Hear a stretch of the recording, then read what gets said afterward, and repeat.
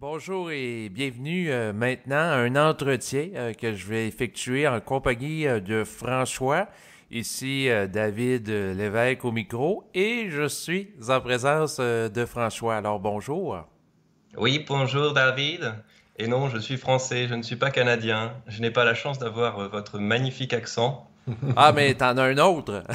Ah oui, c'est vrai. L'accent Alors français. du coup nous allons parler supramental ensemble.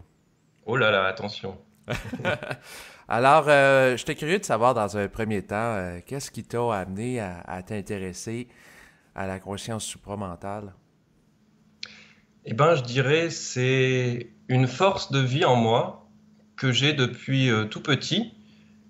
Et c'est une dissonance entre l'intérieur et l'extérieur. C'est-à-dire que quand j'étais petit, je comprenais et voyais beaucoup de choses, mais que ni mes parents, ni mes professeurs, ni la société ne semblaient voir ou ne me refléter.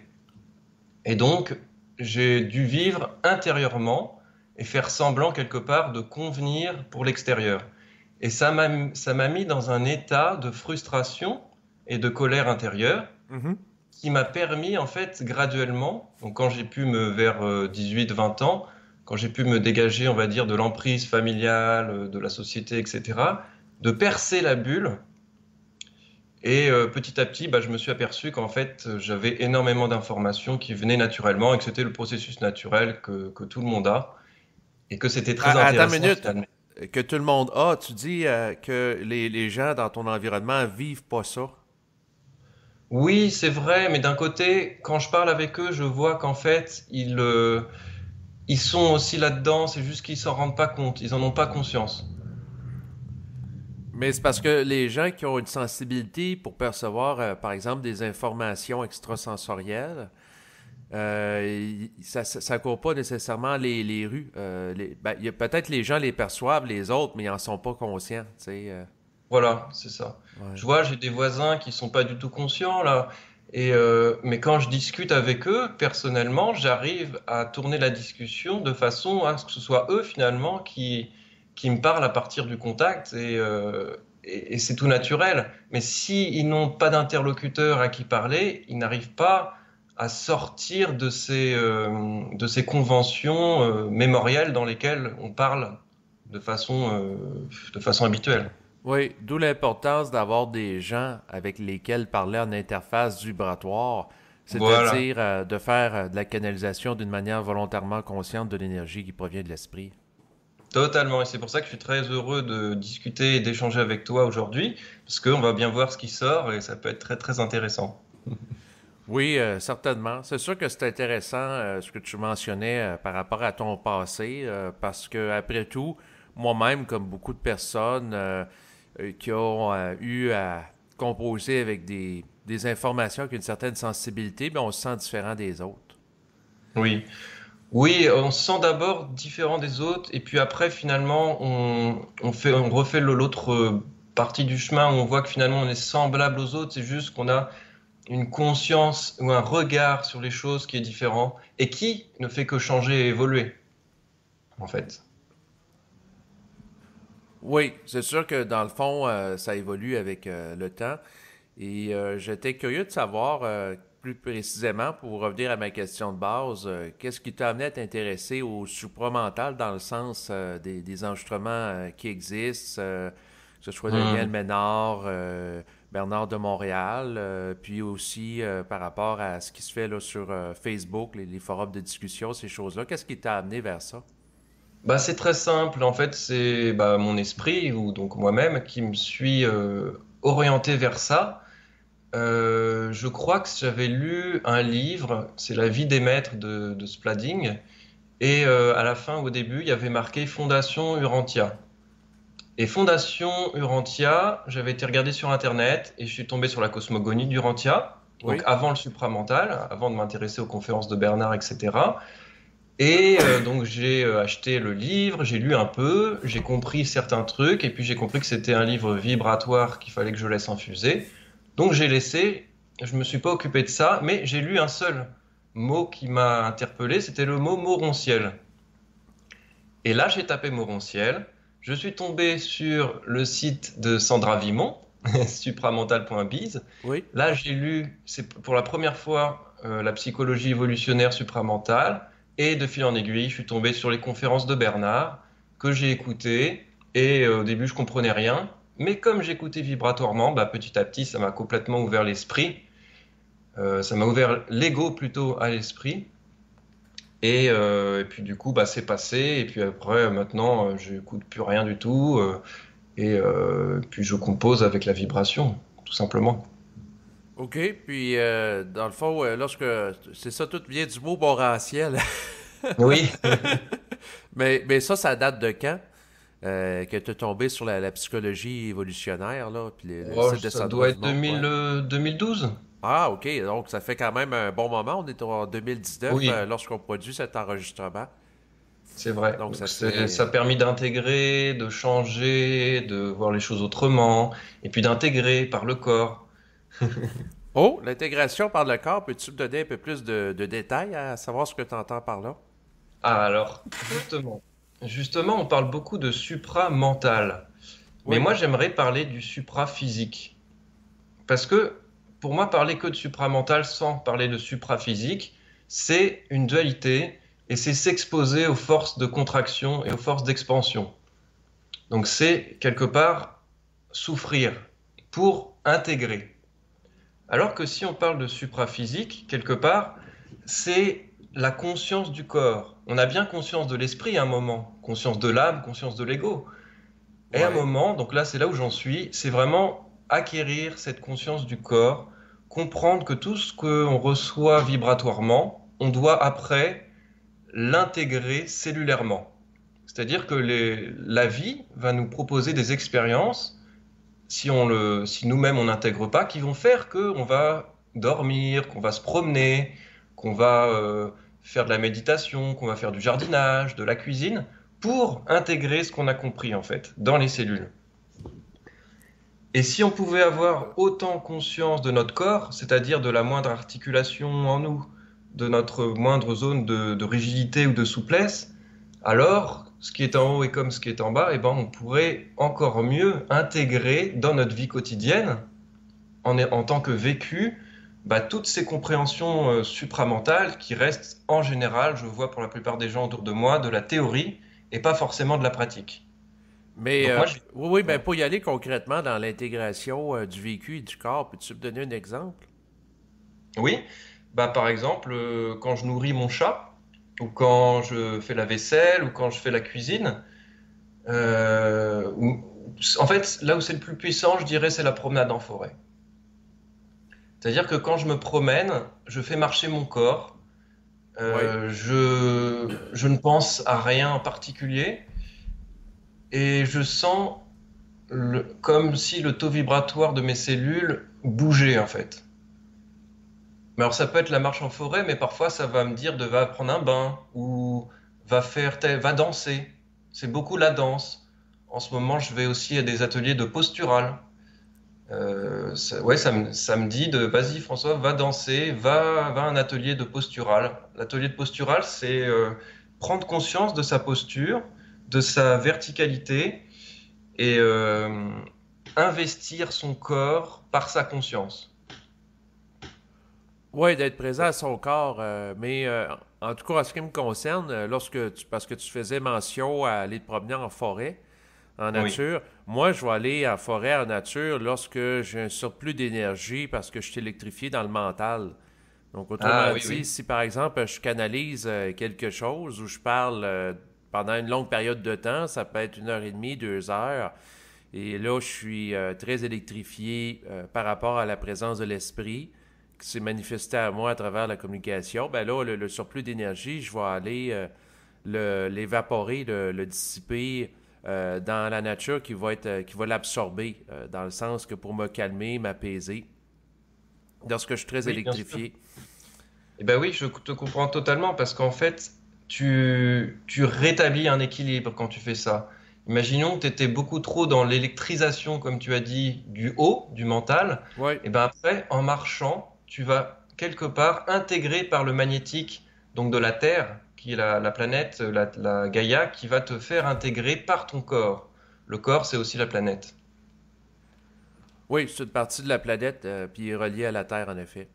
Voilà, donc tu rétablis cet équilibre électromagnétique qui va permettre la neutralité et l'équilibre, et tu seras au centre, et du coup, bah là, tu intégreras, et tu ne seras pas comme un moine qui restera perché dans le haut et qui n'évoluera plus, en fait. Oui, exactement, parce que les descentes d'énergie, parce que dans le fond, mon âme vibre à un certain taux vibratoire, mon esprit a un taux qui est différent. Puis lorsque je Voilà, vis la présence de l'esprit, ben, ça me déstabilise en temps calme. Puis là, totalement.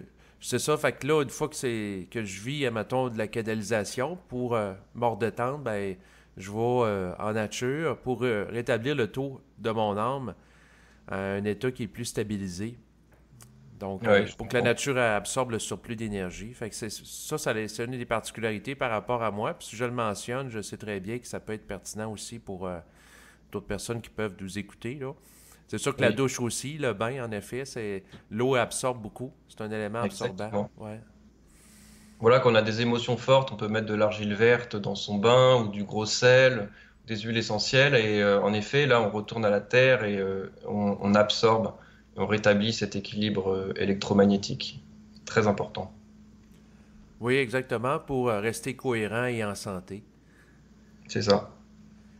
Puis sinon, ben, c'est sûr que toi, tu as été en contact avec du matériel québécois et comme Oui, tu es situé en France, je me demandais si tu avais eu des fois des difficultés à nous comprendre. je me suis très vite habitué à l'accent et aux expressions. Et ça m'a aussi ouvert l'esprit sur le Québec, finalement, à travers les conférences de Bernard ou de Daniel, parce qu'après, je suis tombé sur les conférences de Daniel. D'ailleurs, j'ai pas mal parlé avant sa désincarnation. Et ben, j'ai intégré votre accent et votre culture. Et du coup, je comprends mieux le québécois et j'ai même de l'affection pour, pour cette culture, qui est une culture, je trouve, très simple, très riche, très vraie, dans le sens une réelle bonté, Mhm. mais à la fois très consciente. Ben, pour ce qui est de la conscience, ça peut être discutable parce que, après tout, le supramental, que ce soit Daniel Ménard, Bernard de Montréal, puis il y en a d'autres aussi au Québec, c'est encore limité dans le sens que Oui. c'est pas mainstream. Les médias de masse n'en parlent pas présentement. C'est nulle part là, sur les grandes chaînes de télévision ou de radio là, également. Là. Oui, mais c'est pas grave. C'est comme en France, on a beaucoup de conscience dans certains domaines occultes, on pourrait dire, mais c'est pas du tout diffusé. Mais je trouve que c'est normal, en fait. C'est comme si on tissait un nouveau monde par-dessus l'ancien. Et on va dire que la sixième et septième race racine sont compatibles avec la cinquième race racine. Ben, c'est intéressant parce qu'on a une divergence ici, parce que, en réalité, la problématique de compatibilité, selon moi, entre la cinquième et la sixième race, pour employer cette terminologie-là, c'est que la cinquième race, racine, a développé beaucoup l'intellect, mais elle n'a pas Oui. accès à une compréhension vibratoire du réel, alors que c'est le cas pour la sixième, puis les gens de la sixième race racine peuvent comprendre les gens de la cinquième, mais le contraire n'est pas possible étant donné que les gens de la cinquième n'ont pas l'interface psychique de... Oui, j'entends. Mais ce que je vois, ce que je constate aussi, c'est que la frontière entre la cinquième et la sixième sont de plus en plus minces. La cinquième, on pourrait dire le cinquième chakra, la gorge, la voix, et le sixième, les perceptions du chakra 6, hein, le troisième œil, les perceptions intérieures. Ben, il y a de plus en plus de monde, et là on voit au fur et à mesure des années qui passent, la frontière est de plus en plus mince et de plus en plus de monde perçoivent, ont des sensations dans le corps, sentent que c'est trop dur de travailler de cette façon-là, sentent qu'ils préféreraient se promener en forêt plutôt que d'être dans une cage à poules, etc. Oui, il y a une Donc montée de la sensibilité de la population, en effet. voilà, on est quand même dans une phase d'ascension de la planète. Donc, comme les corps subtils de Gaïa, la Terre, sont reliés à tous nos corps subtils, bah, tous les habitants qui ont un corps physique, donc nous, les 7 milliards d'êtres humains, ascensionnent aussi vibratoirement. Après, est-ce que leur ego est d'accord pour lâcher certaines croyances ou certaines géométries et s'intéresser beaucoup plus à la vibration. Ouais, ben ça, c'est un autre aspect, dans le sens que des gens qui demeurent attachés à leur bagage mémoriel, qui les lie à un passé, puis c'est de voir si les gens vont accepter de se dépouiller psychiquement de l'attachement à des mémoires, l'attachement à des circuits émotionnels, les liens à l'astral, pour s'alléger et être dans un état disponible à l'éthérisation de leur conscience. Exactement. Je suis totalement d'accord avec toi. Mais même dans le milieu du supramental, je trouve que c'est quand même empreint de beaucoup de dualité. Et du coup, c'est normal, je trouve, de se prendre pas mal de force de contraction dans sa vie quand on est dans le supramental. Parce que pour moi, il n'y a pas encore l'équilibre corps et esprit. Mais c'est juste une Oui, façon de voir les choses, en fait, cet équilibre. Par exemple, tu sais, Bernard parlait beaucoup du rapport de force. oui. Mais moi, je pense pas que ce soit un rapport de force dans le sens de s'opposer qui soit intéressant d'interpréter. Moi, j'interpréterais plutôt par envoyer un différentiel à l'esprit. Parce que comme on est dans des dimensions totalement différentes, le physique et le plan supramental de l'esprit, eh ben, pour communiquer, c'est très compliqué. Donc l'esprit, ok, il communique par les événements, par la vibration ou par le corps, Oui. mais nous, comment est-ce qu'on communique à l'esprit? Eh ben, par un différentiel, c'est-à-dire si on envoie par exemple une énergie de joie, de colère ou quelque chose de très puissant, eh ben, ça va percer, on va dire, les mondes astral ou mental, et l'esprit va pouvoir faire les correctifs dans nos corps subtils en fonction de ce qu'il envoie. En fait, ce qu'il perçoit de ce qu'on envoie, là. Voilà. Par Oh. exemple, on a un événement douloureux qui arrive, c'était pour qu'on comprenne quelque chose, mais à un moment, il faut qu'on puisse dire à l'esprit, là c'est bon, j'ai compris, etc.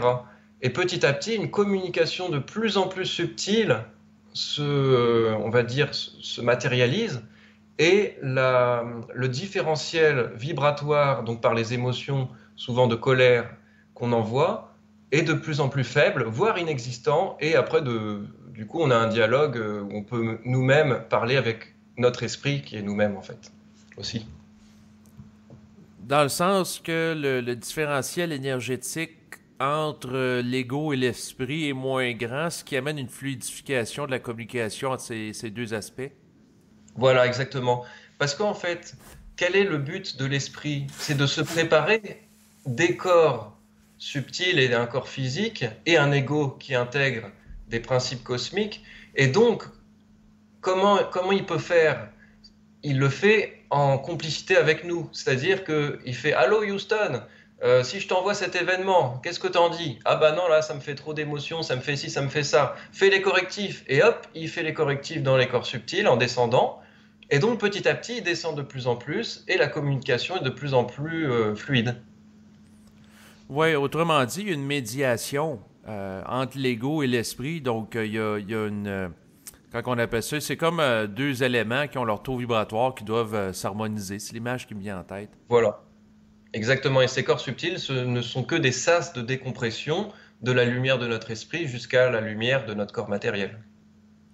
Exactement. Et souvent, ce qui est problématique, c'est le début où ce dialogue commence à s'opérer entre l'ego et l'esprit, étant donné le décalage vibratoire entre les deux éléments.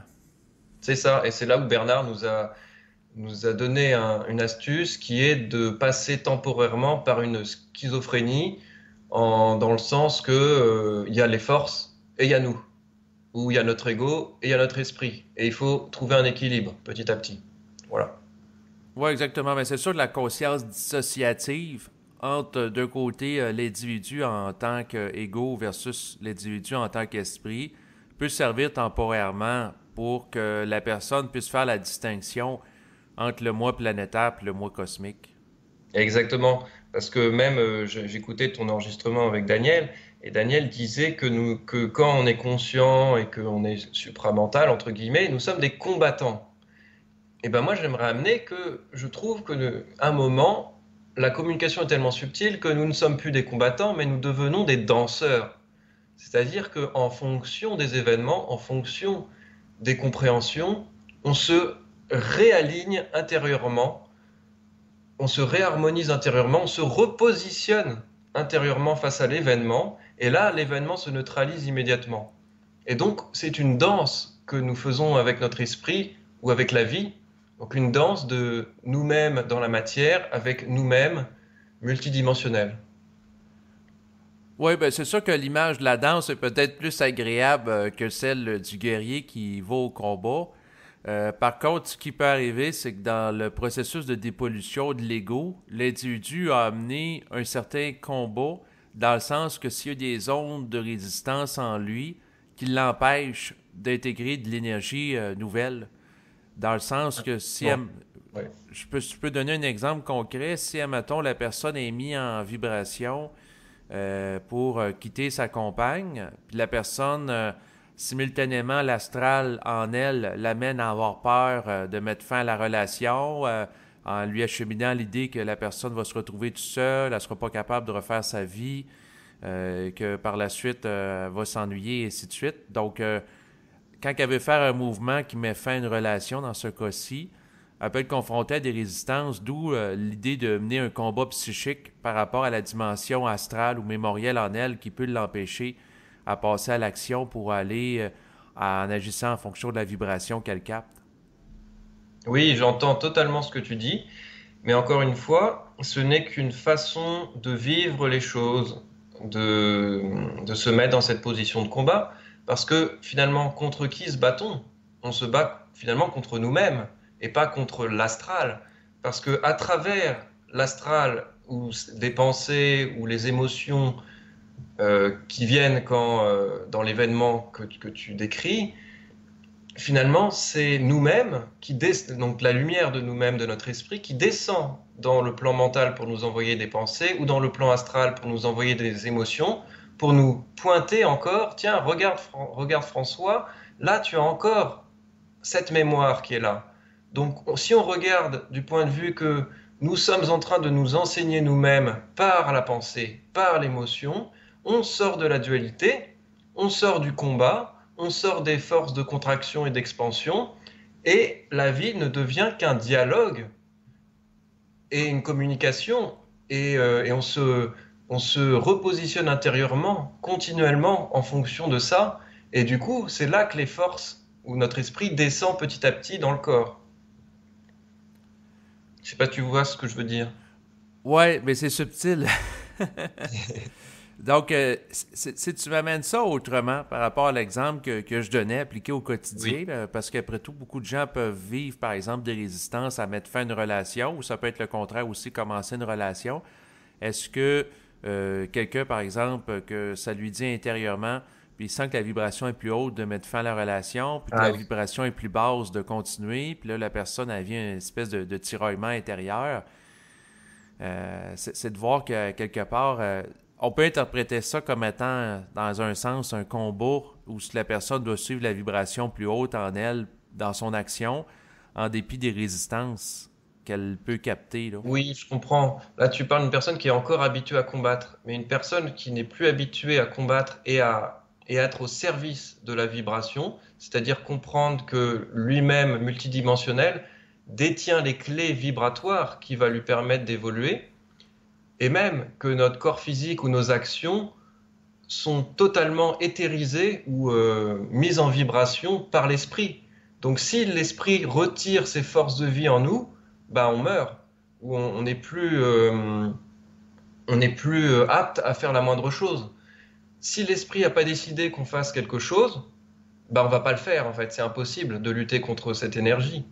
Donc, dans le cas d'une personne qui vit un tiraillement, par exemple, qui doit quitter donc sa femme, mais il n'ose pas parce qu'il a de la mémoire qui est reliée à ça, plus il va résister à la vibration qui lui a été envoyée, plus des événements vont être violents contre lui, et plus son corps va être violent contre lui aussi. C'est-à-dire plus il va tomber malade, plus il va avoir des maux, des maladies, quelque chose de mal qui communique, qui veut dire quelque chose. Mhm.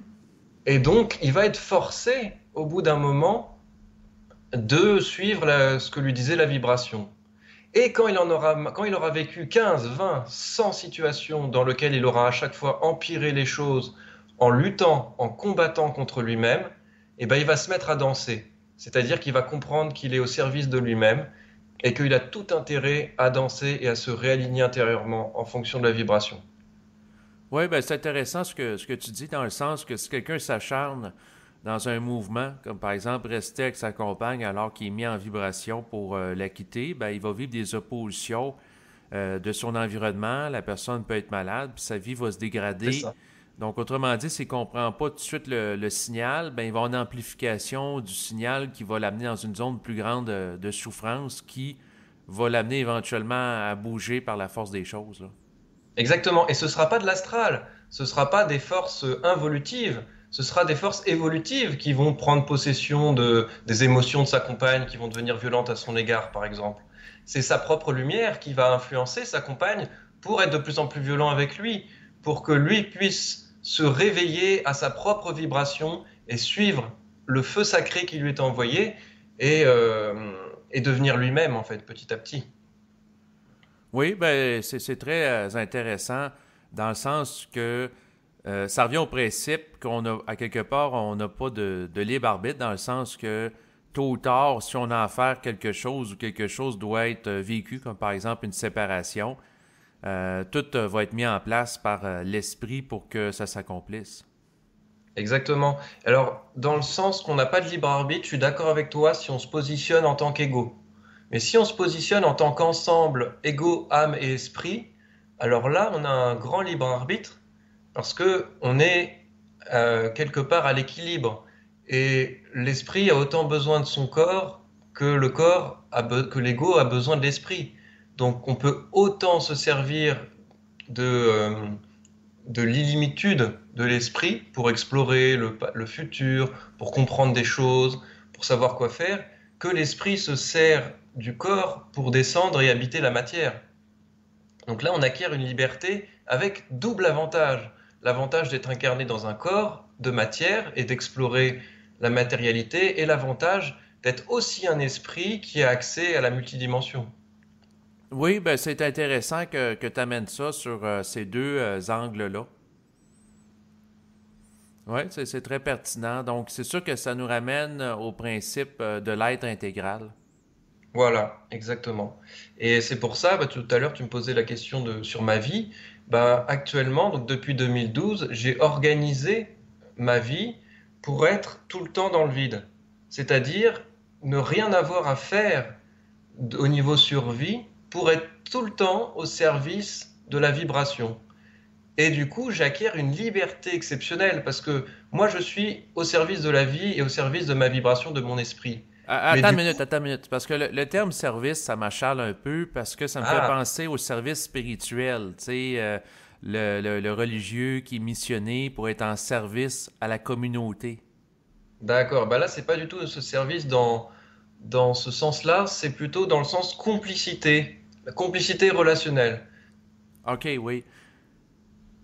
Dans le fond, je voulais clarifier avec toi. C'est sûr que je comprenais le sens que tu voulais donner, mais pour le Oui, bénéfice t'as des raison. auditeurs et auditrices, je voulais clarifier les choses pour pas que les gens interprètent ça comme étant une forme de spiritualité où la personne se met au service de la vie, des anges, de l'amour pour le collectif, là. Bien vu. Et du coup, bah, en fait, en me mettant dans cet état bah, je dis de service, mais en fait de communication, où j'aimerais plutôt décrire cet état de service comme étant un état d'être dans le vide ou d'être disponible. Et ben, en étant disponible, moi physiquement et égoïquement, et ben, l'esprit est disponible aussi pour moi. C'est-à-dire que ce que je vais vivre, ou ce que je vais faire de mes journées, etc., je vais aussi quelque part en être libre et le choisir. C'est-à-dire que l'esprit va s'occuper de toute ma survie, de toutes mes relations, de tous mes petits tracas, tous mes petits soucis, j'en ai plus en fait. Ça s'en occupe. Parce que ça me dit quoi faire pour les régler au fur et à mesure. Donc, autrement dit, tu reçois de l'information interne pour t'amener à gérer ta vie d'une manière efficace. Exactement. Dans un partenariat 50-50 vraiment équilibré. Et là, la vie devient extrêmement simple, extrêmement fluide, Et en fait, c'est un début de grande liberté quelque part. Oui, ben c'est sûr que tu as mis de l'avant une notion intéressante, c'est-à-dire celle de vide mental. Peux-tu détailler un peu plus? Mais en fait, c'est pas que c'est vide mental, mais c'est aussi vide physique. C'est-à-dire que dans mon espace-temps, donc dans ma journée, je mets du vide. C'est-à-dire moins j'ai de rendez-vous, de choses prévues dans mon calendrier, plus je suis content, parce que plus je laisse de la place à moi-même. Moi-même, mon esprit qui vient descendre dans ma corporalité. Donc plus je suis dans le vide, finalement, plus je suis moi-même. Parce que je suis dans la spontanéité, l'instantanéité de mon esprit. Et je suis plus dans programmer un rendez-vous, réfléchir ce que je dois Ben, faire, le attends une demander. minute, parce que dans notre cas, après tout, on s'est planifié un rendez-vous aujourd'hui pour discuter. Puis Oui, on peut suivre une vibration de l'esprit aussi qui peut nous amener à prendre un rendez-vous avec une personne. absolument. Alors c'est à nous de discerner. Alors en effet, il y a les deux cas. On peut aussi arrêter des dates et des moments. D'ailleurs, ils seront jamais figés, ces dates et ces moments. On aurait pu déplacer, on aurait pu annuler, Oui, ou, certainement. etc. Voilà. Mais on sent qu'on est libre. C'est-à-dire que ça, quand les forces me disent, là, va faire ton entretien avec David, je ressens une vibration de paix, de joie, et je sens que c'est très juste en fait. Alors que si un ami m'invite à une fête et que ça va pas être intéressant pour moi, je vais ressentir autre chose. Et je vais pas du tout avoir envie de le mettre dans mon emploi du temps, mais plutôt de laisser mon emploi du temps libre, dans le vide, pour que ça se remplisse automatiquement par autre chose de bien plus constructif. Non, je comprends très bien ce que tu veux dire, puis je voulais le clarifier aussi, parce qu'après tout, des fois, l'esprit travaille avec la structure comme l'horaire, des fois non aussi. C'est sûr que par rapport à toi, je t'ai proposé de t'interviewer parce que j'ai capté vibratoirement, que ça me disait intérieurement que ça serait intéressant. Donc, Mm. j'ai été mis en vibration par rapport à ça. C'est pas nécessairement le D'accord. cas avec toutes les personnes avec lesquelles je suis en contact là, sur Facebook. Là. Il y en a au-dessus de 300. Ouais, j'imagine. Donc, il y a une sélectivité vibratoire des fois qui s'opère pour Voilà. nous amener à être en contact avec des personnes plutôt que d'autres. C'est sûr que présentement, j'ai beaucoup plus de plaisir à discuter avec toi que d'aller avec des gens assister à un match de hockey où on va voir une foule hurler après une rondelle. Bah oui, non mais c'est clair. C'est très drôle ce que tu dis, je suis d'accord. C'est sûr que si je le ramène à un exemple qui va peut-être rejoindre davantage les Français, alors je pourrais parler d'une partie de foot. Oui. Non, moi, pareil, je suis pas du tout supporter d'un club de foot particulier. Ça me fait rire. Bien que, si mon esprit me demande à aller voir un match de foot, je vais y aller et je vais le faire dans ma centricité. Donc, ça va être extrêmement intéressant. Oui, exactement. Moi, même chose par rapport au hockey au Québec. On a chacun nos sports nationaux. Mais c'est sûr que si l'esprit m'amène à aller voir un match de hockey, j'ai l'impression que ça va être plus parce que je vais à rencontrer quelqu'un à cet endroit. Puis là, je vais Voilà. servir de canal pour lui dire quelque chose de significatif par rapport à sa vie dans une perspective d'évolution. Oui, totalement. Ouais, bah, c'est exactement ça. Et c'est ça la liberté finalement, c'est de réussir à ne pas se fermer de possibilités et à rester dans ce qui nous anime et va nous faire évoluer. Parce que la liberté, elle est dans l'évolution, elle n'est pas dans la stagnation.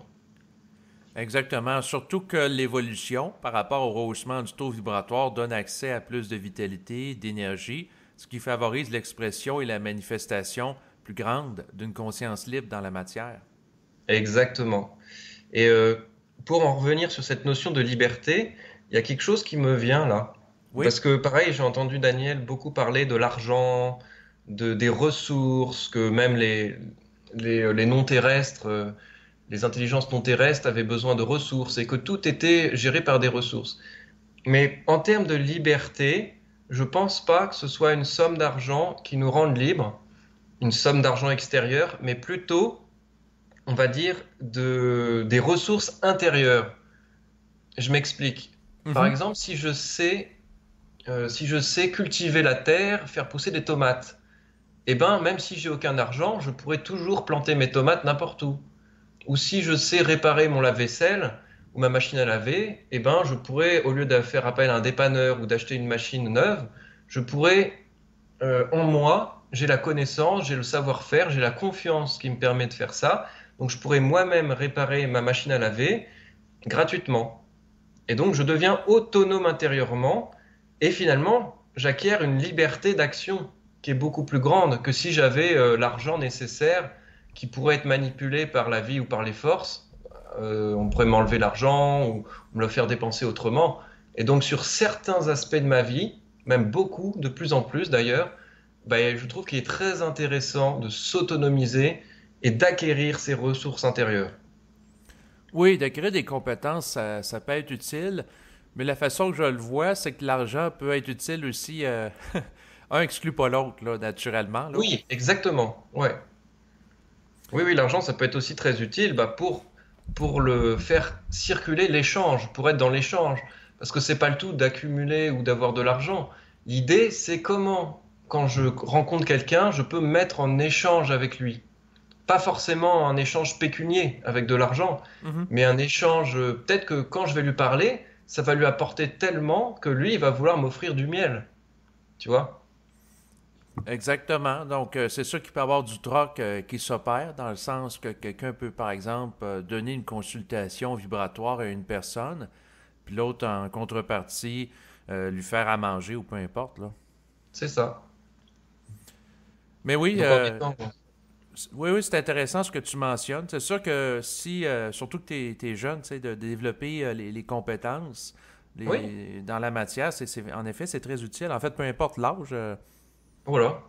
Par exemple, si j'ai peur d'aller vers les autres, et que l'argent m'empêche d'aller vers les autres parce que au lieu d'aller demander des courgettes à mon voisin qui a un champ de courgettes, eh ben je vais les acheter au supermarché parce que j'ai peur d'aller voir mon voisin et de lui demander des courgettes. Eh ben je peux profiter de cette situation pour entre guillemets travailler sur moi ou reconnaître ma peur et l'affronter, aller vers cette peur et petit à petit, graduellement, en fonction de ce que mon âme peut absorber, mon âme ou mon enfant intérieur, donc en accompagnant cette émotion de peur, je peux me pacifier petit à petit et acquérir la neutralité vibratoire, donc mémorielle, parce que c'était une mémoire qui me donnait cette émotion, donc acquérir après cette capacité d'aller voir mon voisin et d'acquérir des courgettes gratuitement. Donc je me suis plus caché derrière l'argent, mais cette fois-ci, je peux aller voir mon voisin, mais je peux aussi après aller voir d'autres personnes parce que je n'ai plus peur d'aller demander Oui, mais tu as une soulevé un courgette. terme intéressant, c'est-à-dire affronter. Donc, affronter la peur, ça me ramène à la dynamique du combat ou du rapport de force auquel faisait allusion Bernard. Ouais, mais c'est affronter dans le sens reconnaître. En fait, quand je dis affronter, je devrais changer mon vocabulaire parce que c'est encore de la dualité, je trouve. Affronter dans le sens reconnaître qu'il y a ça et accompagner Mais cela en de lien avec ce que façon tu dis, intelligente. peut-être qu'on est différent, puis c'est correct aussi. Là, moi, je le vis plus comme un combat, dans le sens que D'accord. j'ai peur de faire quelque chose. Il faut que je monte en énergie pour que mon énergie soit plus élevée que celle de la peur qui m'amène dans l'inertie ou la résistance à faire cette chose. Ah, je comprends. Bah, moi, c'est plus un jeu ou une danse parce que c'est une partie de moi que je réintègre. Donc, je danse avec cette partie et je joue avec ma peur. Et en fait, c'est comme un enfant, ma peur. Ces mémoires, l'âme, c'est une enveloppe de mémoire qui contient l'esprit. Donc, l'âme est un enfant quelque part. C'est, pour moi, nous sommes les parents de nos émotions ou les parents de notre âme. Donc, il convient d'y aller de façon ludique avec eux et pas d'y aller de façon avec humour. Donc, j'ai Oui. remarqué que c'était beaucoup plus agréable si j'avais un regard d'humour envers moi-même, envers mon émotionnel, envers mon enfant intérieur quand j'allais déconstruire une émotion ou déprogrammer une mémoire. Mhm. Ouais, c'est beaucoup plus pédagogique et ça va beaucoup mieux en fait. Plutôt que de forcer, d'affronter, de m'exposer de façon parfois trop virulente à ma mémoire, ça risque de me faire peur et après d'empirer les choses. Donc tu vois, c'est une stratégie en fait. Oui, ben c'est sûr que la manière peut avoir de l'impact si on est capable de rire de la peur au lieu de la prendre au sérieux, ben il y a un détachement qui se fait plus en douceur que dans une optique. Ben, quoique, moi, je suis ouvert à toutes les possibilités. Ouais, c'est sûr que tout ça, c'est délicat parce que. Ouais. Mais c'est subtil, hein, discuter ces choses-là parce que des Oui, perceptions internes. c'est vrai. Après, c'est vrai, j'avoue qu'il faut un certain recul, une certaine maturité pour tenir le discours que je tiens. Parce que c'est important, je pense, de passer par l'étape dualité. Moi aussi, je suis passé par cette étape quand j'ai écouté Bernard de combat contre les forces, de rapport de force, etc. Et j'ai trouvé ça très intéressant parce que ça m'a peut-être construit un corps subtil qui m'a permis après d'acquérir la notion de danse, on va dire. Ouais, donc c'est sûr la danse c'est plus sensuel, c'est plus tu sais c'est plus Oui, agréable. Là. Ça c'est clair là. mais oui. Tu sais j'avais entendu je pense à un moment donné un conférencier danser sa vie au lieu de la subir, tu sais. Ouais, ouais, ouais, ouais. Donc Exactement. C'est pour ça que la notion de danse me fait beaucoup penser au couple. Parce que dans le couple, finalement, c'est de la danse qu'on fait à deux. C'est une sorte de ballet vibratoire dans lequel on se positionne face à l'autre, aussi bien en intelligence qu'en amour, qu'en volonté. mhm.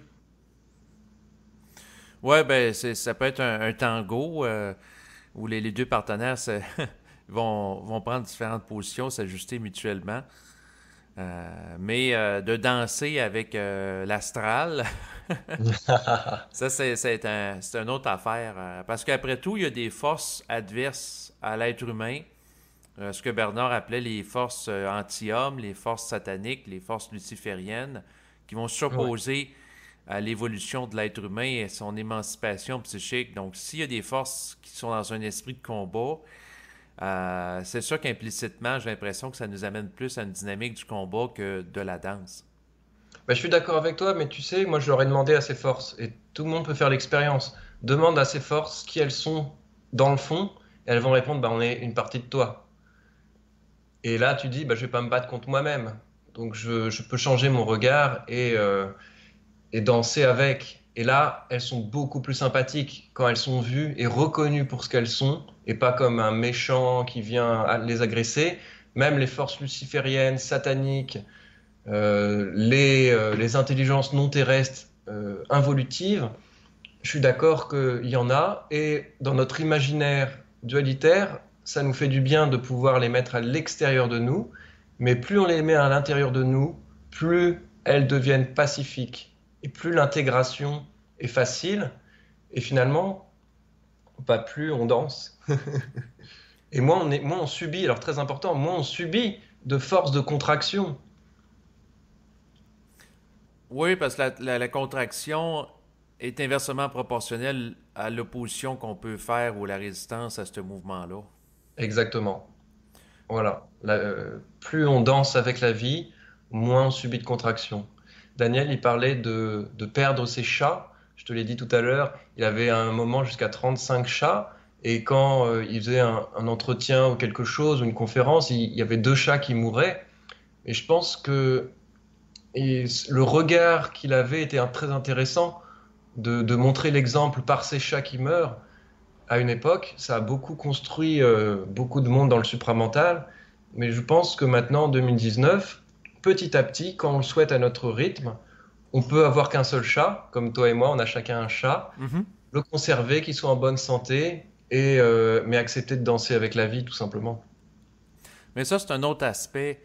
C'est-à-dire que Daniel Ménard, lorsque je l'avais interviewé, puis il parlait que avant l'entrevue, il y avait un chat qui était décédé. C'était pour le mettre dans une vibration de ce que je comprenais d'opposition, donc de le mettre en état d'électrification interne, parce que de perdre un chat, ça lui fait vivre du mal.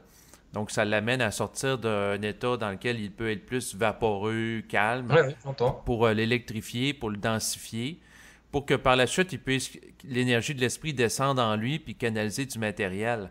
Donc, c'est sûr qu'il y a un aspect, puis je suis pas nécessairement d'accord avec ce processus-là, là, naturellement, mais c'est que lorsque la personne est confrontée à des oppositions, ça peut l'amener à monter en vibration puis de la sortir dans un état dans lequel elle est molle pour l'amener à connaître des prises de conscience qu'elle ne ferait pas autrement. Mais je suis d'accord. Moi, j'ai vécu beaucoup cette polarité de contraction et je la vis de moins en moins. Et c'est la preuve que quelque part, les corps subtils se forment, se complètent et les forces descendent et la communication est de plus en plus subtile. Et du coup, j'ai beaucoup moins besoin que la vie me renvoie des événements violents pour que je fasse attention au message qui est derrière. Oui, bien c'est sûr que normalement, il est supposé avoir une épuration de l'événement à mesure qu'on est en phase, en harmonie psychique avec l'esprit. Donc, si on est en Totalement. harmonie avec lui, il n'y a plus besoin de nous mettre entre les pieds des événements oppositionnels pour qu'on se rapproche de lui. C'est ça, mais il y en aura toujours, hein. Moi, j'en ai encore de temps en temps quand il y a une grosse mémoire qui doit partir et que je ne veux pas la voir. Quand mon ego n'a pas la capacité de l'absorber, bah là, ça va grossir petit à petit jusqu'à ce que je lâche, en fait, que l'ego lâche et dise, OK, j'ai compris, je lâche, voilà, maintenant je suis totalement au service. Enfin, au service de Exactement. l'intégration de cette information. Exactement. Ben, ce qui me vient en tête avec ce que tu dis, c'est que tant que la personne a des résistances internes à intégrer l'énergie de l'esprit puis faire ce qu'elle a à faire, elle va être confrontée à des oppositions. Voilà, exactement.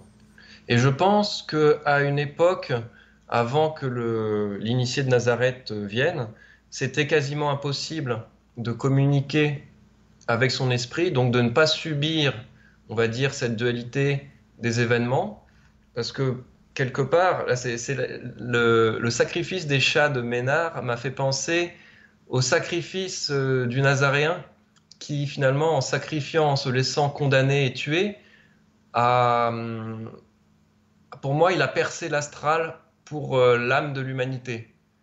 C'est-à-dire qu'il a fait un trou qui nous a permis d'accéder au circuit universel, c'est-à-dire d'accéder à notre esprit et de faire descendre après les principes qui étaient bloqués par cet astral beaucoup trop dense. Ben, ça peut ouvrir la porte dans ce sens-là, la venue du Christ, donc Jésus-Christ qui vient sur terre, qui enseigne le principe aimez-vous les uns les autres. Donc, Oui, ça prépare la descente d'énergie, d'éventuellement d'autres principes comme l'intelligence et la volonté. Mais par rapport à ça, c'est sûr que, bon, il y a plusieurs choses qu'on pourrait dire, parce qu'autre temps, autre meurt aussi. Mais en lien avec ce que tu dis, c'est sûr que si tu me poses la question à savoir entre le combat et la danse, c'est quoi que je préfère, ben c'est sûr que je vais préférer la danse, là, naturellement. ah, Là. tiens. Ben oui, mais en fait, je pense que danser, tu vois, c'est quelque chose du corps aussi. Donc, si on veut rentrer dans cette dynamique, je pense qu'il va falloir beaucoup s'intéresser au corps, à comment il marche, comment il s'étire, comment il se repose.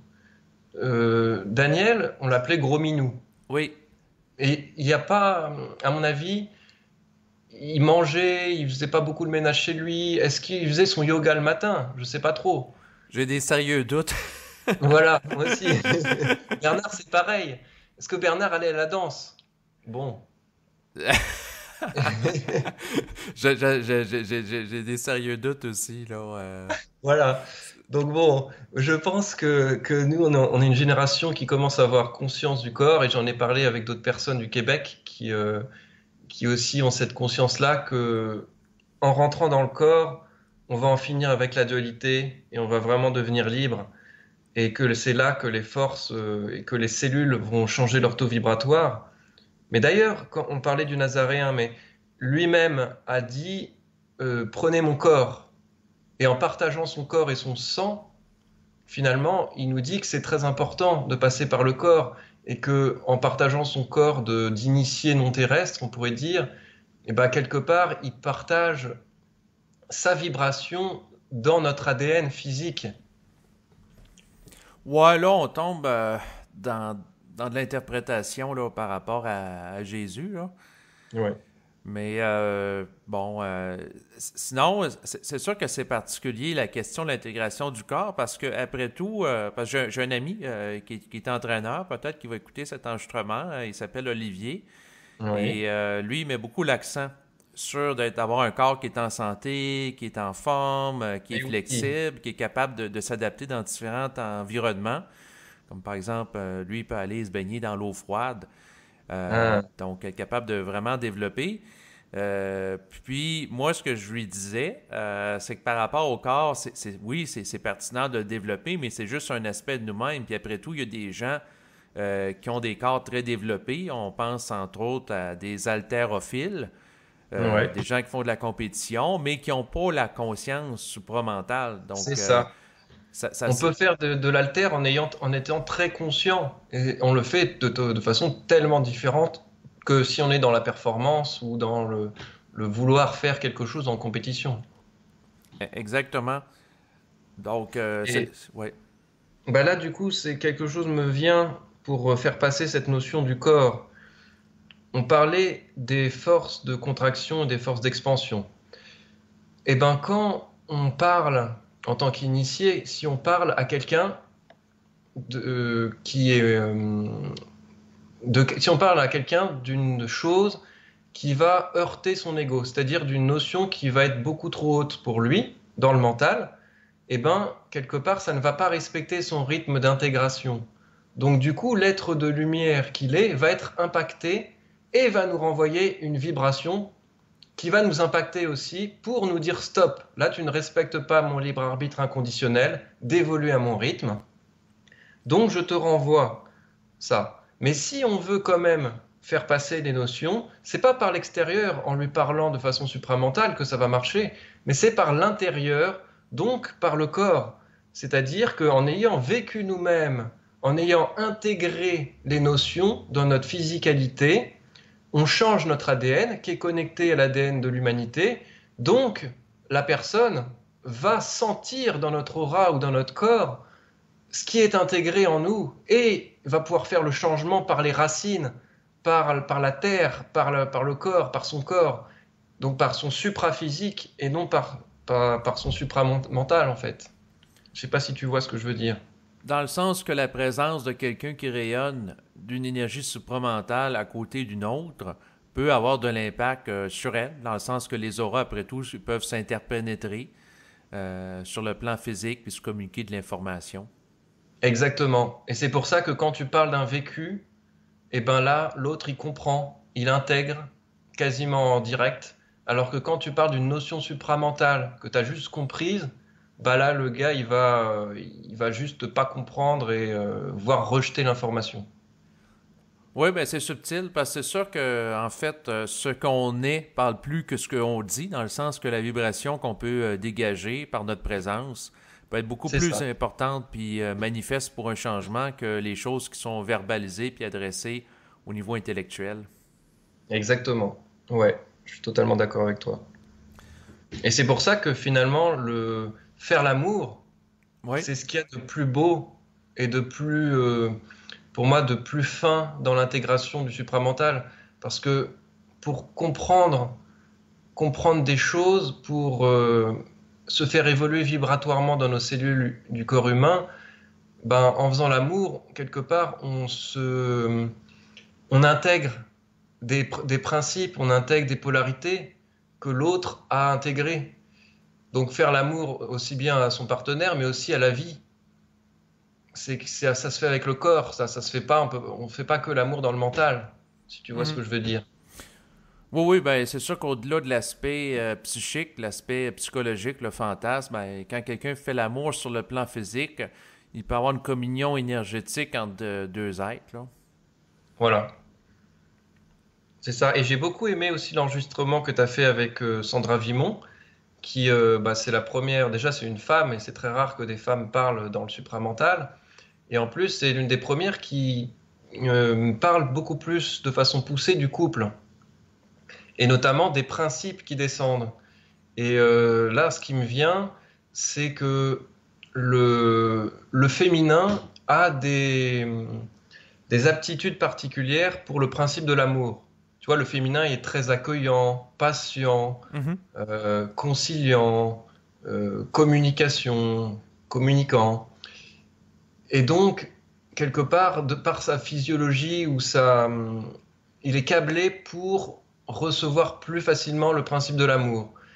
Et l'homme, ou le masculin plutôt, parce que ça peut être l'inverse, ça peut être la femme qui a beaucoup de masculinité ou l'homme qui a beaucoup de féminité, ben, le masculin, il va avoir des facilités, il va être plus câblé pour, entre guillemets, le principe de l'intelligence. Ah, moi j'aurais dit la volonté, tu vois. Bah, la volonté et l'intelligence, ils vont quelque part ensemble, parce que plus tu as de volonté, quelque part, plus tu as d'intelligence qui descend.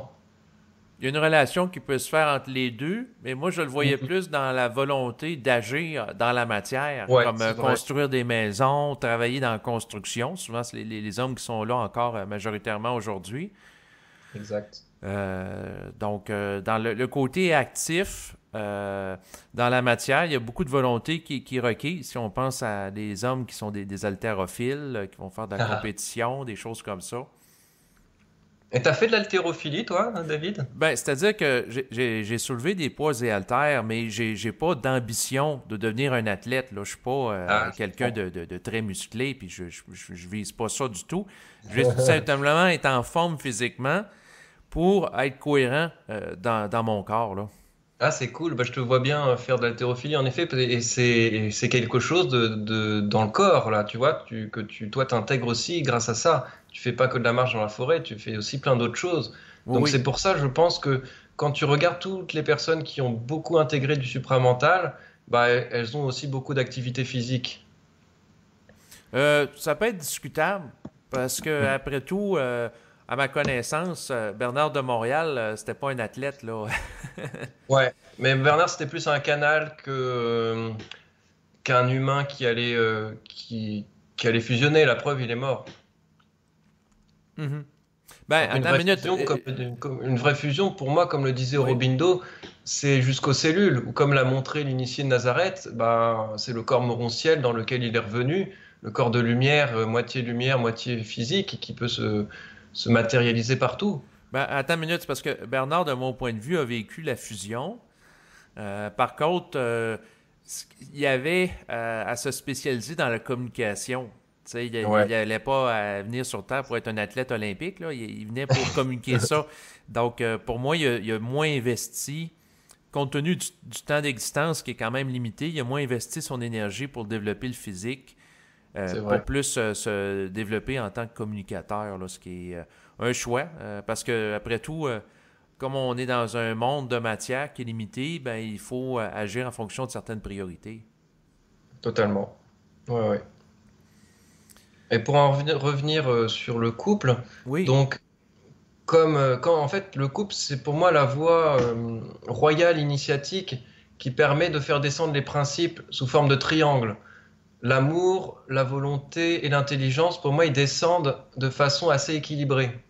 On pourrait dire l'intelligence du haut, l'amour du milieu ou de l'âme, et la volonté du bas ou de l'ego. Et donc, euh, bon, seul, c'est possible aussi, mais à deux, c'est beaucoup plus simple parce que comme il y en a un qui est souvent prédisposé pour un des principes, et ben en le faisant descendre, pour lui, bah, ça le fait descendre pour l'autre en même temps. En autant que l'autre soit capable de l'intégrer. Voilà. Oui, bien sûr, bien sûr. Oui, c'est un peu délicat. Bon, en tout cas, en ce qui me concerne, j'en suis venu à la conclusion que l'harmonisation interne entre l'ego, l'âme et l'esprit, c'est le couple cosmique. Puis ça n'a C'est pas à ça. passer par un individu extérieur à soi, bien que temporairement, ça peut favoriser des ajustements vibratoires puis des prises de conscience, là, naturellement. Là. Mais ultimement, c'est intrapsychique. Mais oui, mais notamment pour faire descendre des principes, quand tu fais l'amour, physiquement, bah là, du coup, là, tu disais, mais si l'autre peut l'intégrer. Mais l'autre, il peut l'intégrer si tu fais l'amour avec lui, parce que tu le transmets par le corps. Oui, c'est-à-dire qu'il peut intégrer, par exemple, la pénétration d'une énergie au sein de l'aura. Voilà. Par contre, ce qu'il faut comprendre, c'est que dans l'optique d'une intégration d'une conscience supramentale, il faut qu'éventuellement la personne soit capable de générer par elle-même cette énergie-là et de la rayonner. Ce qui absolument. veut dire que si la personne fait juste une intégration passive, la minute qu'on n'est plus avec elle, ben, elle se désorganise. Si elle n'est pas Ah capable, oui, mais là, voilà, ça, en effet, c'est pas intégré du tout. Ouais. c'est ça, c'est parce que la personne peut bénéficier temporairement d'une vibration qui peut être générée en notre présence. Par exemple, on est capable de canaliser du matériel puis d'être ajusté, mais la minute qu'on n'est pas là, si la personne n'a pas développé par elle-même une autonomie psychique, elle n'est pas capable de s'auto-générer vibratoirement et de se renouveler psychiquement. Donc, ce qui fait en sorte que ça la garde dans une situation de dépendance. Totalement. Il faut faire très attention à ça parce que la notion de couple cosmique, pour moi, c'est deux personnes déjà équilibrées, l'un dans son masculin-féminin et l'autre dans son féminin-masculin, qui après vont se rencontrer pour donner une double dualité qui va s'unifier. Mais c'est sûr que si l'un ou l'autre n'est pas déjà dans son propre équilibre de ses polarités, eh ben, il ne sera pas autonome, c'est-à-dire qu'il sera dans un couple planétaire, c'est-à-dire en compensation avec l'autre en fonction de mémoire karmique, et plus dans une spontanéité autonome de l'individu vers un autre.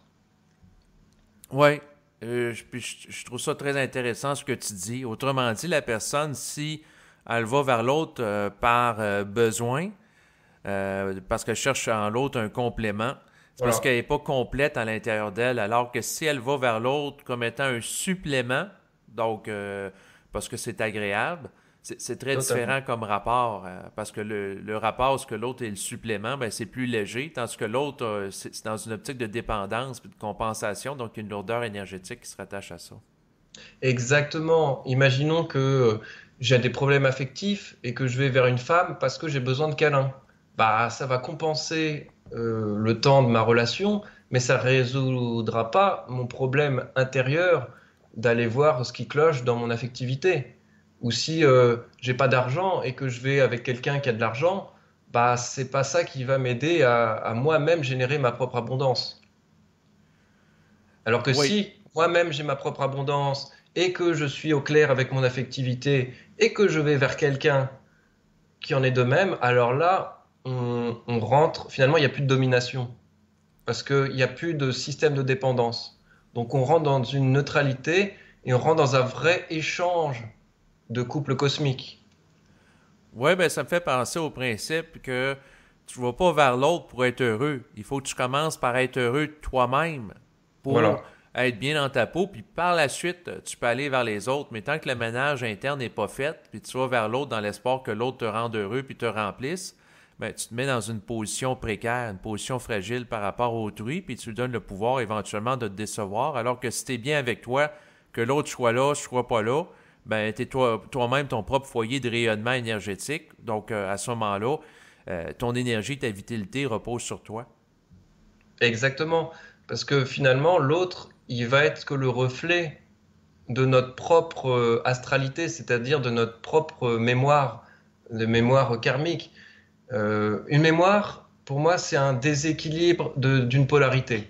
C'est-à-dire que, imaginons que dans une vie antérieure ou dans la vie, dans une vibration, on était trop dans le positif ou trop dans le négatif, ça a créé une mémoire. Mhm. L'idée, c'est que comme on porte ça dans notre aura ou dans notre émotionnel, l'autre va, pour qu'on puisse le voir à l'extérieur et l'intégrer à l'intérieur, l'autre va nous renvoyer ce déséquilibre de polarité et donc ça va se matérialiser par des paroles, par des actes, par peut-être de la colère, des émotions, jusqu'à ce que nous, on reconnaisse nous-mêmes dans ce qui se passe à l'extérieur et qu'on l'intègre. Et là, l'autre va être calmé. Mhm. Mais pour en revenir à la notion du couple cosmique, Oui, moi, mon rapport à cette notion-là est la suivante. C'est-à-dire que c'est pas l'unification d'un homme avec une femme, mais c'est plutôt l'individu qui intègre en lui la dimension cosmique, c'est-à-dire son esprit. Puis l'individu vient sur la Terre seul, puis il repart seul. Moi, c'est la façon que je le vois. Temporairement, il peut avoir un partenaire sur Terre au niveau c'est planétaire. ça. Il peut développer aussi des amitiés, mais ultimement, l'individu a à vivre en fonction de sa conscience et face à lui-même fondamentalement. Bah, je suis d'accord avec toi dans un sens. On va dire de façon absolu, je suis totalement d'accord avec toi. OK. Après, je remarque quand même quelque chose de la société actuelle. C'est-à-dire que la société pour moi actuelle est patriarcale, assez phallocratique, donc basée sur un fonctionnement plutôt masculin. Mhm. La femme, elle, n'a pas formaté la société, n'a pas trop investi de son énergie la société actuelle. C'est-à-dire qu'elle est quelque part préservée dans sa finesse et sa beauté, on va dire, sa beauté d'alignement avec l'esprit. Alors que l'homme, en se créant un monde à son image égoïque, quelque part est prisonnier de ce qu'il a lui-même construit. Et donc, pour se sortir de ces illusions, donc pour pouvoir se reconnecter par exemple au principe de l'amour, ça va, je pense, passer par le féminin et par la femme. C'est-à-dire que si on reconnaît que la femme détient plus de cette vibration d'amour originel que nous, masculins, qui ne pouvons pas l'avoir, puisque on est validé par la société qu'on a créée dans nos principes de fonctionnement. Donc c'est beaucoup plus dur pour nous de nous remettre en question et de faire descendre les principes. Mais en se confiant, en se livrant en toute simplicité, en toute humilité au féminin, alors une transmutation est possible de façon beaucoup plus rapide que si on agissait seul. Voilà, c'est ça que je veux dire en fait. Donc d'un point de vue absolu, je suis d'accord, ça peut passer par être seul, mais dans la société actuelle, je pense qu'on a pour 2000, 3000, 5000 ans si on passe pas par honorer le féminin. Oui, oui, ben c'est sûr que l'individu masculin peut bénéficier de l'intelligence de la femme, de sa sensibilité, puis de son éclairage sur le réel, tant aussi longtemps qu'il n'est pas totalement harmonisé avec le réel. C'est ça. Mais c'est sûr que la société est en voie de mutation parce qu'en effet, la société masculinoïde qui a été présente en Occident, dans différents pays, qui a teinté le contexte socio-culturel, est en voie de transformation rapide, notamment en relation avec l'émergence du féminisme. Exact. Exactement. Mais on voit, c'est en train de se transformer. Dans le métro à Paris, par exemple, il y a un numéro d'urgence en cas d'agression ou même si quelqu'un embête une femme, tout le monde peut le signaler. Et c'est nouveau, c'est depuis l'année dernière. Et du coup, c'est une grande avancée, je trouve, parce que le harcèlement de rue n'est pas que physique, il peut aussi être psychique. Quelqu'un qui siffle, qui regarde, qui va trop près, qui fait des gestes, etc. Et ça, c'est intolérable et ça commence à se savoir et la vibration commence à se changer et à ne plus être acceptée collectivement. Donc on voit qu'on évolue grandement, en effet. Oui, exactement, que les gestes d'agression sexuelle soient dénoncés de plus en plus sur la place publique. C'est bien aussi parce que c'est sûr, historiquement, les femmes ont beaucoup souffert de violences au niveau physique, psychologique, psychique, en Oui. relation avec des hommes qui étaient dominants là, dans le passé, là, naturellement. Là. C'est ça, mais ne séparons pas l'homme et la femme en disant les hommes étaient méchants, les femmes gentilles, mais il y a aussi d'un positionnement dû au karma de la femme, un positionnement de la femme ou du féminin actuel qui est quelque part dans une sorte de victime ou de soumission au masculin. Parce que n'oublions pas que depuis des millénaires, la femme sans un homme, elle ne survit pas. Elle n'a pas de foyer, l'homme va à la guerre, ramène à manger, donc c'est compliqué. À l'époque, donc ancré en elle, dans ses mémoires d'âme, il y a cette vibration de ah là là, si je suis plus en couple avec mon homme, c'est la fin du monde et je vais pas survivre. Donc, elles sont capables de développer des comportements de soumission très inconscients et elles de se positionner donc dans cette vibration de soumission et l'homme n'aura pas le choix que de devenir quelque part pervers narcissique ou à moins qu'il soit extrêmement évolué et extrêmement clair dans son identité neutre de personne bienveillante, bah, ça va être compliqué aussi pour la personne, on va dire l'homme, de se positionner en tant que neutre, quoi. Non, je comprends très bien ce que tu veux dire. C'est sûr que si quelqu'un va implicitement se positionner d'une manière soumise, ben implicitement la complémentarité énergétique va faire en sorte que l'autre peut se positionner comme étant dominant. Bah exactement, c'est pas un hasard si on attire une personne dans cette vibration. C'est ça, ça me fait penser au principe de la victime qui attire le bourreau par inconsciemment son comportement qu'elle va avoir. C'est ça. Et parfois, la position de victime est beaucoup plus agréable parce que c'est nous le gentil dans l'histoire et l'autre le méchant. Oui, parce qu'il y a des bénéfices secondaires aussi associés à ça. Puis les gens, C'est tu ça. sais, tirent profit des étiquettes. Tu sais, comme aujourd'hui, les gens qui ont des diagnostics de troubles de déficit de l'attention ou autres, Ah oui. dans certains cas, vont utiliser ça comme prétexte. À un moment donné, je discutais avec un gars, puis il me disait, moi, je dis, ah, regarde, arrête de me couper continuellement la parole. Quand on parle, on a chacun le droit d'avoir l'espace à dire ce qu'on a à dire. Puis là, il dit, ah, ben, moi, je suis atteint de troubles de déficit de l'attention, fait que je suis impulsif, puis c'est normal que je coupe continuellement la parole, tu sais. Hmm. Fait que là, il s'ouvrait pas à la possibilité d'écouter un peu plus. Puis Ouais. il mettait ça sur le fardeau du déficit de l'attention puis de l'étiquette. Bon, c'est sûr qu'il y a une partie de réalité là-dedans, je le nie pas, mais en même temps, c'est de voir si la personne a, objectivement parlant, la capacité d'être un peu plus en mode écoute, puis elle le fait pas, ben c'est parce qu'elle là est de mauvaise foi, là. Absolument. Ah ouais, j'entends. Bah, comme je connais une association des scléroses en plaques, où t'as la, j'ai vu une personne qui venait leur faire un coaching pour les faire sortir vibratoirement de cet état d'esprit, Faut pas qu'il de, reste sclérosé. voilà, de sclérosés. Mais ils avaient, en fait, j'ai vu la présidente des sclérosés en plaques du coin, elle voulait pas changer. Elle était contente parce que ça lui faisait des amis, ça lui faisait une association à gérer, tu vois. Et donc, si elle abandonnait sa sclérose, en fait, est-ce qu'elle aurait la même énergie pour se refaire des amis, etc. Donc, parfois, il y en a, ils sont pas prêts à changer tout de suite parce que c'est leur rythme et ils ont besoin de le vivre plus longtemps pour pouvoir l'intégrer vraiment, hein. Tout le monde n'est pas obligé d'évoluer extrêmement rapidement. C'est pas une course là. On est tous au même point au niveau de l'espace-temps. C'est qu'une illusion de notre mental, ça. Oui, exactement. D'où l'importance de ne pas être sclérosé psychiquement dans des étiquettes. Voilà, exactement. Parce qu'on peut être piégé aussi avec l'étiquette du supramental. Ah ouais. Parce que des gens peuvent dire, ah, cette personne-là est supramentale, l'autre, elle l'est pas. Puis là, ça peut être des jeux d'étiquettes qui vont faire en sorte que la personne elle va essayer de se sentir supérieure à d'autres en disant, ah, ben moi, je suis dans le supramental, toi, t'es pas là-dedans, tu sais. Oh là là. Écoute, moi, je te dis maintenant, je suis vraiment dans le supraphysique. Et même j'enlève le mot supra et je repars au niveau du physique. Parce que je me rends compte que c'est vraiment ça la clé. C'est la matière, le physique, le corps. Et finalement, c'est ça qui va faire qu'on va sortir de la fosse sceptique de la 3D pour aller vers le soleil, hein.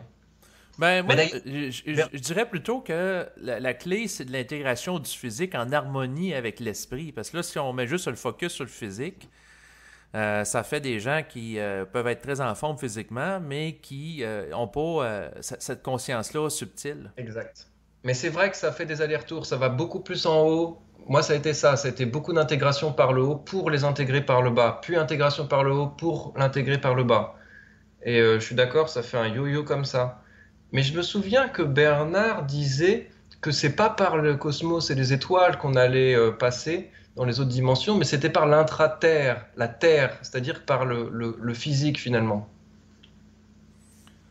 Ben, c'est sûr que le physique est utile. Après tout, les âmes qui sont sur le plan astral ne peuvent pas évoluer parce qu'elles ne bénéficient pas de cette interface de médiation avec la vibration de l'esprit que représente le corps physique.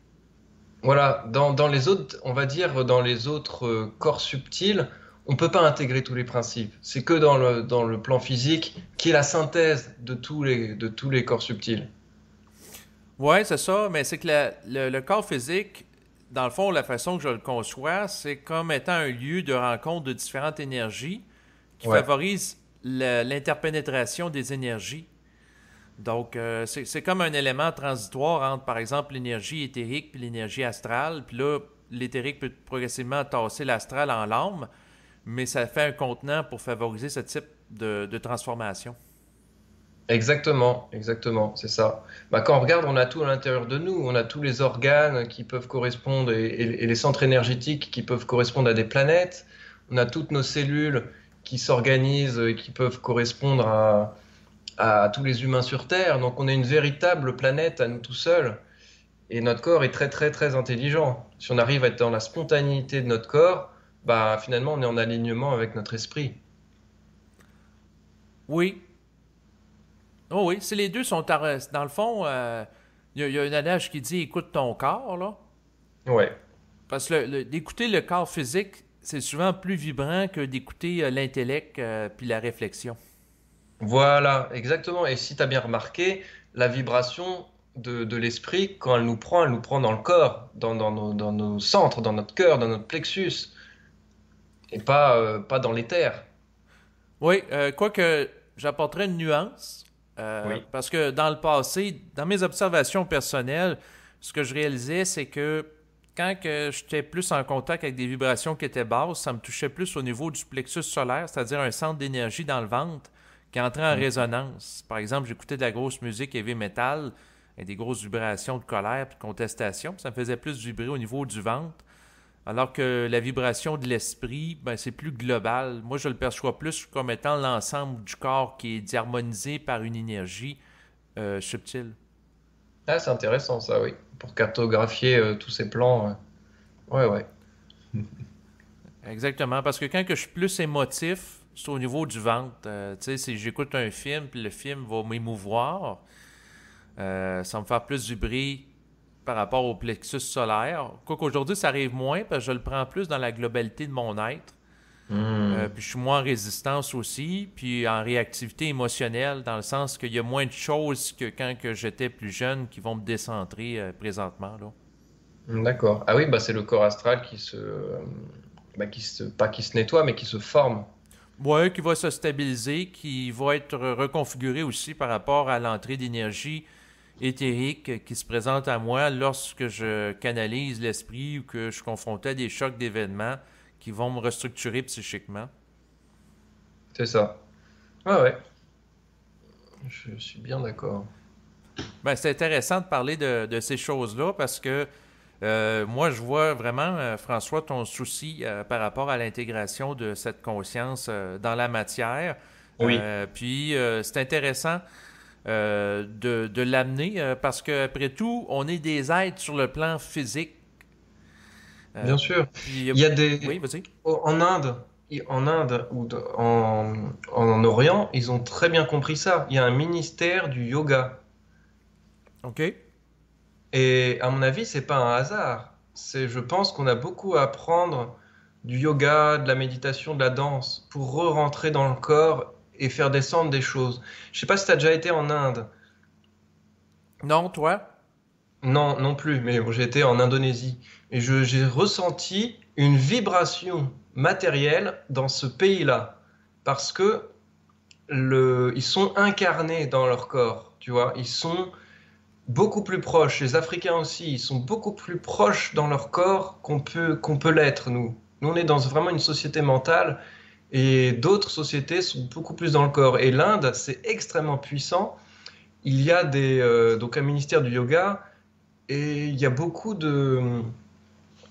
il y a cette conscience du corps. Alors pas les très pauvres ou pas une couche de la population qui en effet ont déjà beaucoup de mal à survivre, mais le collectif a cette conscience de l'intégration là.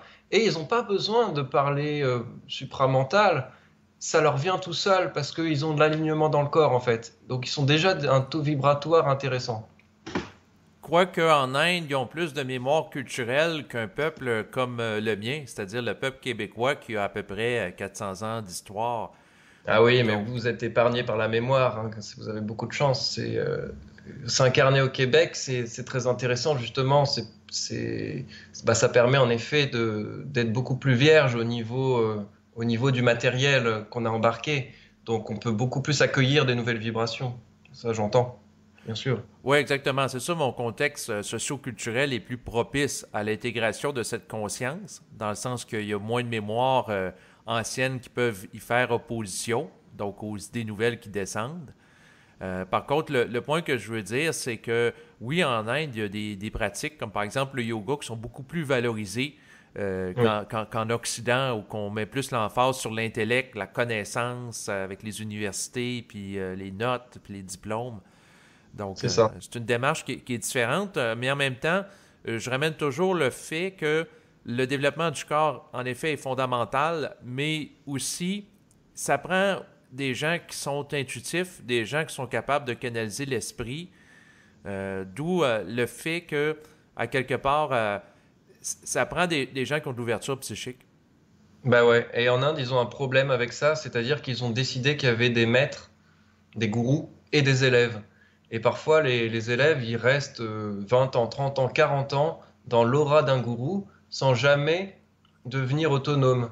C'est-à-dire qu'ils vont pas canaliser eux-mêmes, mais ils vont toujours passer par un intermédiaire. Et ça me fait un peu penser à nous en France ou en Europe, quand il y avait les curés, bah, ce qui était l'intermédiaire avec Dieu. Mhm. Alors qu'en fait, on a une relation directe très Avec, particulière. c'est ça, avec l'esprit. Donc, Voilà. c'est sûr que, en effet, pour ce qui est des endroits comme, par exemple, nous autres au Québec, c'est sûr que le rapport de l'influence du curé sur la vie de l'individuel, qui a été très présente il y a à peine quelques décennies. Au début Oui. des années 1900 au Québec, il y avait des curés qui faisaient le tour des résidences des croyants et Ah ouais. leur demandaient d'avoir un enfant à chaque année pour les adultes en âge de procréer. Waouh, mais de quoi il se mêle? Ben exactement. Aujourd'hui, ça passerait plus, là, ça serait inadmissible, ça ferait scandale. Mais à l'époque, les gens étaient tellement soumis à la religion que les gens avaient des enfants à chaque année, puis des cas où des femmes pouvaient mettre leur vie en danger parce qu'elle n'était pas Ah assez ouais. forte, elle était malade.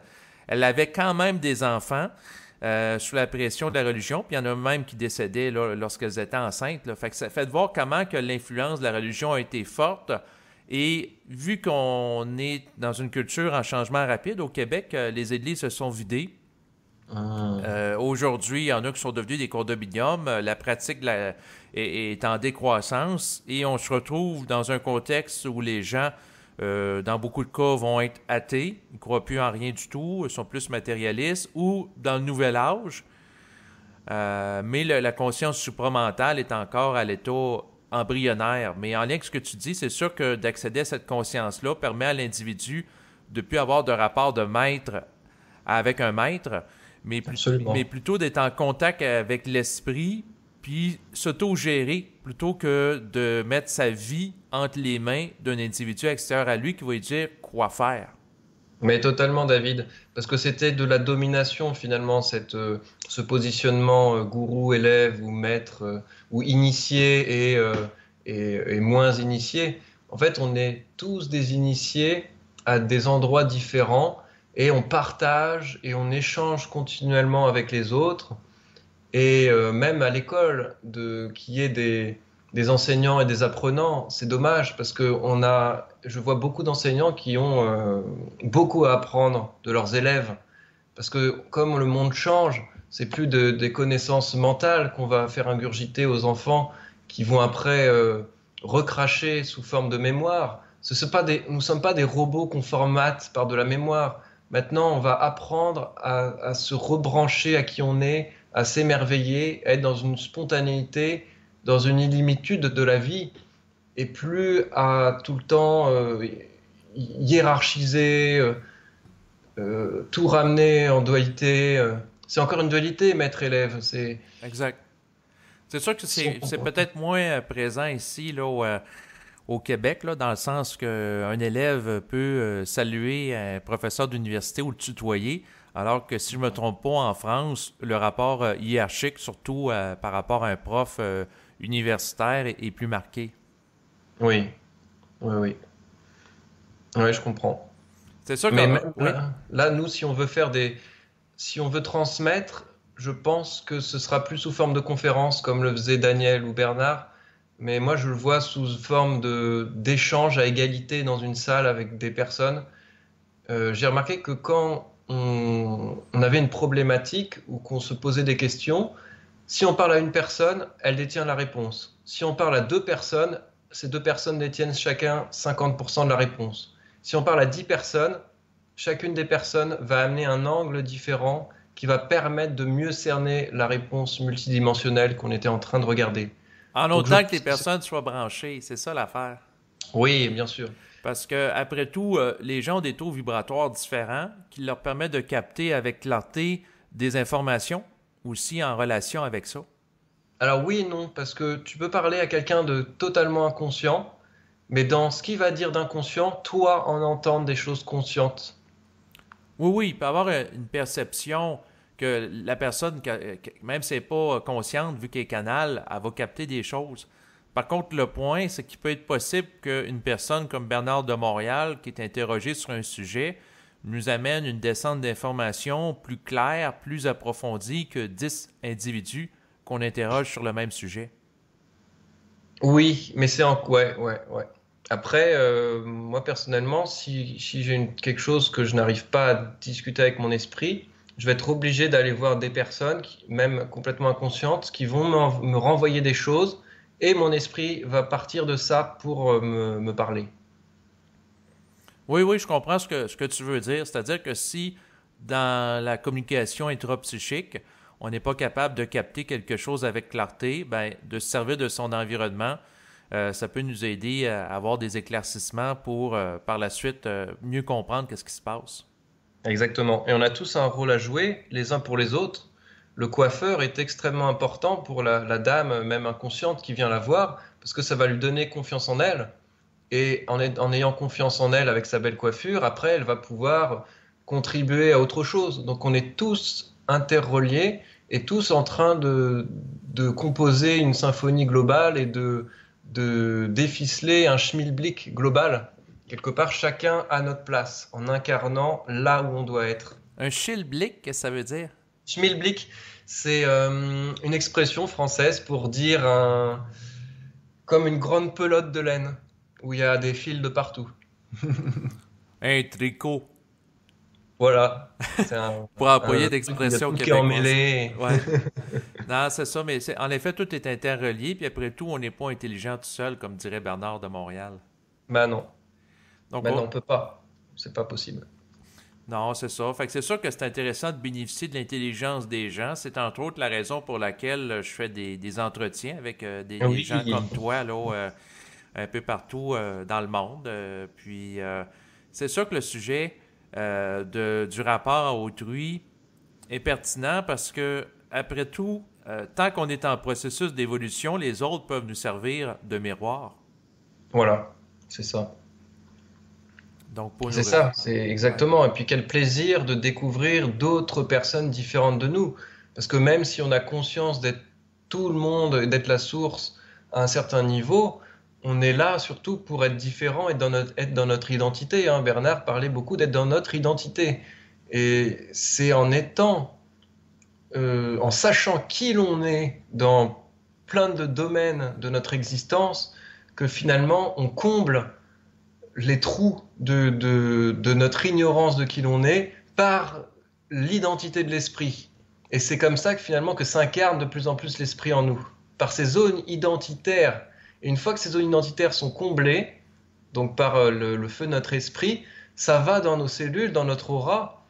Et après, quelqu'un qui passe à côté de nous, je pense que c'est comme ça que le Nazaréen faisait des miracles, quelqu'un qui passait dans son aura, eh ben, il était comme réveillé à sa propre identité cosmique ou celle de son esprit. Donc il guérissait, il avait la compréhension par le bas, par les cellules que lui transmettait le Nazaréen directement, et donc il guérissait instantanément.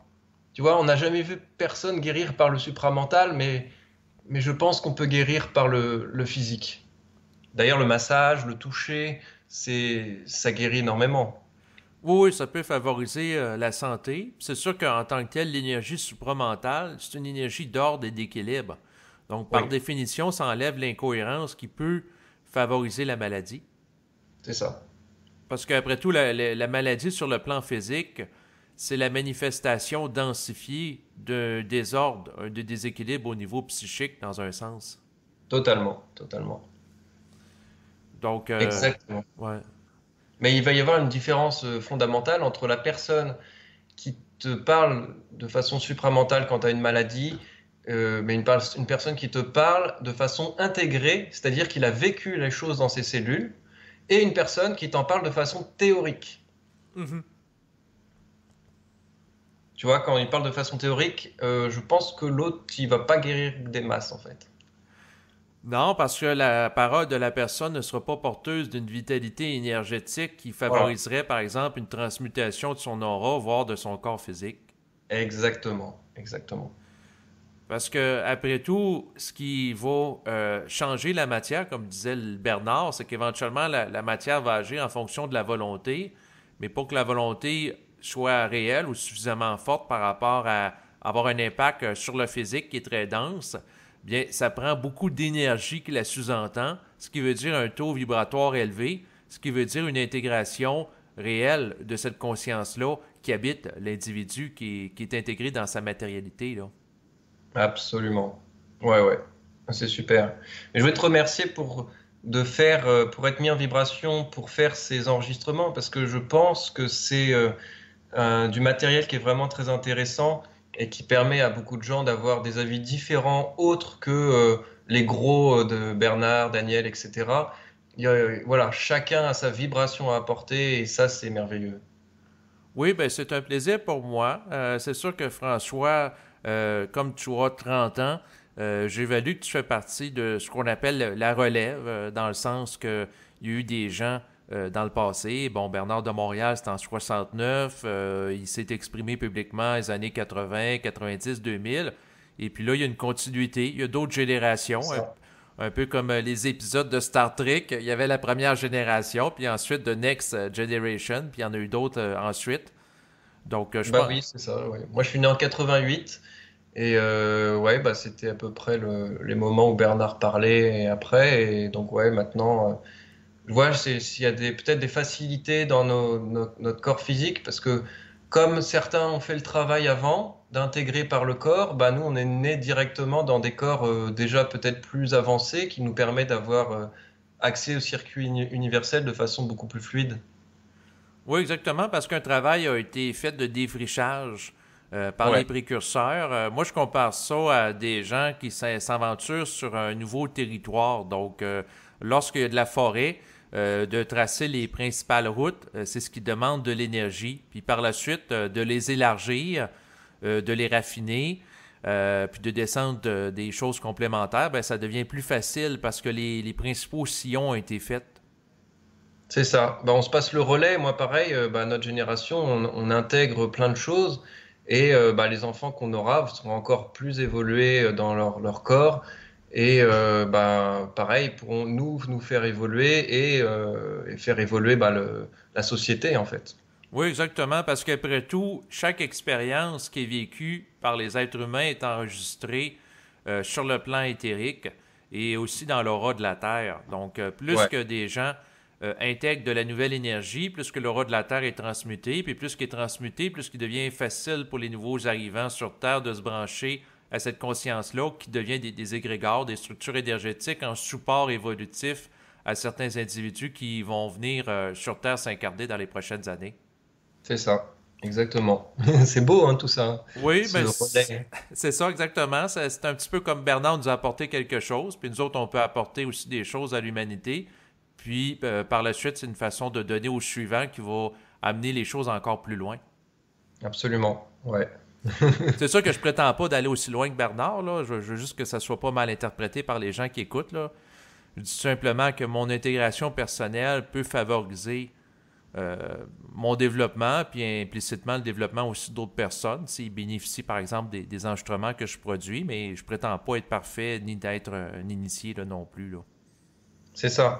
Mais Bernard, ok, il a été loin, mais est-ce qu'il était vraiment libre? Alors que tu vois, nous, peut-être qu'on est plus libre que Bernard finalement. C'est un sujet à discussion parce que après tout, de mon point de vue, tant que l'individu n'a pas totalement fusionné avec l'esprit, il va être amené par lui, à travers des événements qui sont programmés, à agir d'une certaine façon. Dans le sens que Ouais, peut-être que les tests initiatiques qu'on peut vivre vont être plus légers, parce qu'après tout, les gros chocs de défrichage ont été faits dans le passé, mais en même temps, il y a quand même, tant aussi longtemps que notre harmonisation n'est pas intégrale avec l'esprit, des événements oppositionnels qui peuvent être mis sur notre route pour favoriser l'intégration de cette conscience-là. C'est vrai. Je suis bien d'accord avec toi. Donc, écoute, François, ça a été un plaisir de discuter avec toi aujourd'hui. En terminant cet entretien, est-ce que tu avais quelque chose à rajouter? Ben, pas particulièrement. Je fais ce qui était venu et bah, je te remercie beaucoup. Ça me touche beaucoup de m'inscrire dans cette continuité en tant qu'être humain et de contribuer aussi par cet enregistrement. Et ben voilà, continue de faire ce que tu fais, c'est vraiment superbe. Daniel s'est désincarné il n'y a pas longtemps. Il m'a envoyé tout son matériel avant de se désincarner, donc ça m'a permis aussi de voir un peu, d'entendre la vibration qu'il a envoyée. Et là, je constate vraiment une nouvelle génération, bah là, de toutes les personnes qui sont vivantes et branchées en ce moment, bah, bah, qui évoluent. Et ça fait vraiment évoluer la société, hein. On voit avec les Gilets jaunes en France, il y en a qui commencent à vivre leurs émotions et à montrer que ça va pas. Et bah, ça change petit à petit, en fait. Mhm. Donc ça change dans le fond, enfin ça change dans la forme, mais ça change surtout dans le fond. Et on retisse une nouvelle société ensemble basée sur plus d'échanges, moins de dualité, plus d'amour, plus d'intelligence en fait. Oui. Donc, ben c'est sûr, ça a été un plaisir de discuter avec toi. J'ai apprécié la clarté de tes propos, également ta sensibilité que je pouvais sentir dans ta voix. Mhm. Bah, au plaisir David, vraiment. Quand tu veux, hein, dès qu'on sent, on reparle ou si on a des questions, on n'hésite pas. Excellent. Donc, on garde contact et on se dit à bientôt. Très bien, à bientôt David, salut.